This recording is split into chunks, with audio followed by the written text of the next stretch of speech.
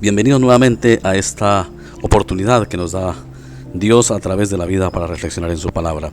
Y vamos a estudiar el capítulo 13 de Hebreos, los versículos 9 al 19. Capítulo 13, versículos 9 al 19, que dice así: No os dejéis llevar de doctrinas diversas y extrañas, porque buena cosa es afirmar el corazón con la gracia, no con viandas que nunca aprovecharon a los que se han ocupado de ellas.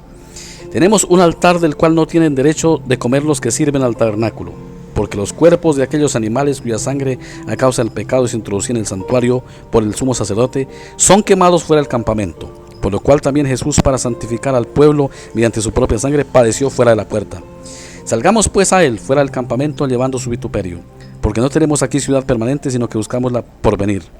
Así que ofrezcamos siempre a Dios por medio de él sacrificio de alabanza, es decir, fruto de labios que confiesan su nombre. Y de hacer el bien y de la ayuda mutua no os olvidéis, porque de tales sacrificios se agrada a Dios.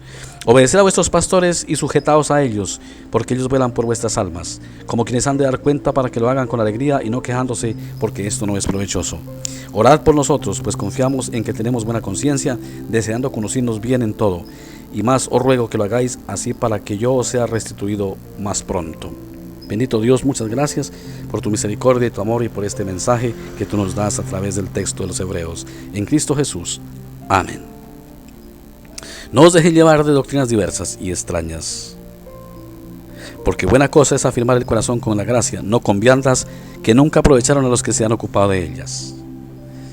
Las doctrinas diversas y extrañas son las que hacen el énfasis en lo terrenal, en lo físico, en lo sacrificial, en lo que cada uno puede hacer por su salvación. Es aquellas que empiezan por decir cómo te vistas, qué hagas, qué no hagas, qué comas, qué no comas, cuándo rías, si puedes reír o no, qué puedes tomar, qué no puedes tomar. Esas son las doctrinas diversas que quieren afirmar el corazón con viandas que nunca aprovecharon las que se ocuparon de ella. En eso no consiste agradar a Dios. Dice, afirmad el corazón con la gracia de Dios, no con esas otras cosas, que la fe a veces, el evangelio se ha vuelto ese tipo de cosas. El evangelio es la gracia, está fundamentado en la gracia de Dios a través de Cristo, no en esas cosas. Luego dice, porque tenemos un altar al que no sirven los que sirven al tabernáculo, y habla de los cuerpos, de los sacrificios del Antiguo Testamento, y hace una especificación cuando uno de los sacrificios, que era el del chivo expiatorio, era enviado al desierto para expiar los pecados del pueblo en el Antiguo Testamento. Por eso dice que Jesús, para santificar al pueblo mediante su propia sangre, y aquí hay una declaración: somos santificados mediante la sangre de Cristo, no mediante nuestras obras. Por eso dice, por lo cual también Jesús, para santificar al pueblo mediante su propia sangre, padeció fuera de la puerta. Es bueno que nosotros creamos y tengamos claro, pero para creerlo hay que tenerlo bien claro. La santificación no es una obra humana, no es que yo me santifico y me hago santo por esto o aquello, por viandas, por comer o no comer, por vestir o no vestir. No, es que Cristo santificó al pueblo y nos santificó a nosotros por medio de su sangre en la cruz. La obra de Cristo está completa. Dice, por eso dice, salgamos pues a él fuera del campamento, llevando su vituperio. ¿Sí? Y luego dice el 15, así que ofrezcamos siempre a Dios por medio de él sacrificio de alabanza, es decir, fruto de labios que confiesan su nombre. Y de hacer el bien y de la ayuda mutua no os olvidéis, porque de tales sacrificios se agrada a Dios. ¿De qué sacrificios es que se agrada a Dios? De hacer el bien y de la ayuda mutua. Hoy la iglesia a veces tiende o no tiene una inclinación a tender al individualismo y a creer que la santidad es estar como haciendo sacrificios, metido en un templo a toda hora. Con el ayuno y la oración tenemos que tener cuidado que no se nos convierta eso en un sacrificio nuestro. Son medios por los cuales Dios obra y que debemos orar con insistencia, dice sí, pero que no se va a convertir eso en un sacrificio pensando que eso nos santifica. No, Dios se agrada, dice, de hacer el bien y de la ayuda mutua, no os olvidéis, porque tales sacrificios se agrada a Dios. La oración y el ayuno son necesarios, pero si nosotros no hacemos el bien, de nada nos sirven. La oración y la acción deben dar un fruto, y debe ser un fruto visible. Porque nosotros podemos llevar las 24 horas, hay gente que ayuna hasta 40 días, no sé para qué, pero lo ayunan 40 días. Si eso no da fruto y no se refleja en el amor al prójimo, Y de la ayuda mutua, eso no sirve absolutamente de nada, es pura religión. Y Dios no se agrada de eso, se agrada de la ayuda mutua y de hacer el bien. O sea, la oración y el ayuno deben reflejarse en los frutos de la vida de la persona, o de las personas, o de la iglesia. Es de ayudar y de hacer el bien. De esos sacrificios se agrada a Dios. No estoy diciendo y aclaro que no debamos orar. Por el contrario, Dios nos recomienda orar siempre. Los apóstoles también nos pidieron orar siempre. Lo que digo es, eso debe llevar un fruto, o de lo contrario se convierte en pura religiosidad.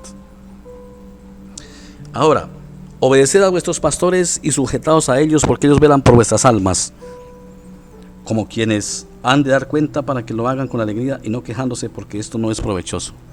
Obedeced a vuestros pastores es un mandato del apóstol Pablo, pero no del apóstol Pablo, sino de Dios, porque Pablo hablaba en nombre de Dios. El peso de sus palabras no es que las haya dicho él, sino que son palabras tomadas de la inspiración del Espíritu Santo, porque ellos velan por vuestras almas. Nos debemos el respeto los unos a los otros. Desde luego el respeto es mutuo, pero la grey debe obedecer al pastor. Solamente en caso que no se le debe obedecer es cuando se da cuenta que el pastor está enseñando cosas que no son. O sea, cuando el pastor enseña cosas que no están determinadas por las Sagradas Escrituras, cosas que son heréticas, en ese caso no está la iglesia obligada a obedecerlo, sino más bien a exhortarlo. De lo contrario, el pastor fue mandado para guiar a Cristo a través de las Sagradas Escrituras, para guiar a las personas a Cristo a través de las Sagradas Escrituras. ¿Sí? Entonces, sujetarse, dice, sujetaos a ellos, porque ellos velan por vuestras almas. A veces se nos olvida eso, ¿no? A veces se nos olvida. A veces queremos que el pastor se nos sujete a nosotros, pero no que nosotros nos sujetemos al pastor. Pues lo digo yo, que soy pastor, no debería decirlo yo, lo deben ustedes leer en la Biblia, pero mi deber también es decir eso, y están las Sagradas Escrituras, por lo tanto no tengo temor de pensar que estoy diciendo cosas que no dice el texto, y ustedes lo pueden leer ahí perfectamente. Dice, como quienes han de dar cuenta, para que lo hagan con alegría y no quejándose, porque esto no es provechoso. Cuando hay desobediencia y cuando hay respeto, viene el problema de las quejas y dice, esto no es provechoso. Siempre y cuando el pastor o ministro o servidor esté haciendo las cosas correctamente, enseñando la doctrina de la palabra como es, ahí hay autoridad en él de Cristo, y la grey debe sujetarse.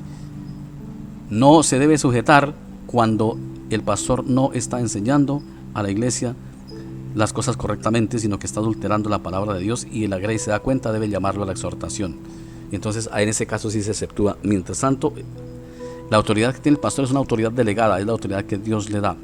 La ordenación es la imposición de una autoridad que Dios le da para servir, pero para tener autoridad también sobre las cosas de la iglesia. Dice, orad por nosotros, pues confiamos en que tenemos buena conciencia y deseando conducirnos bien en todo. Más os ruego que lo hagáis así, para que yo sea restituido más pronto. Eso es los deberes cristianos, titularon a este pasaje los traductores de la Biblia. Los deberes cristianos, lo que nos debemos.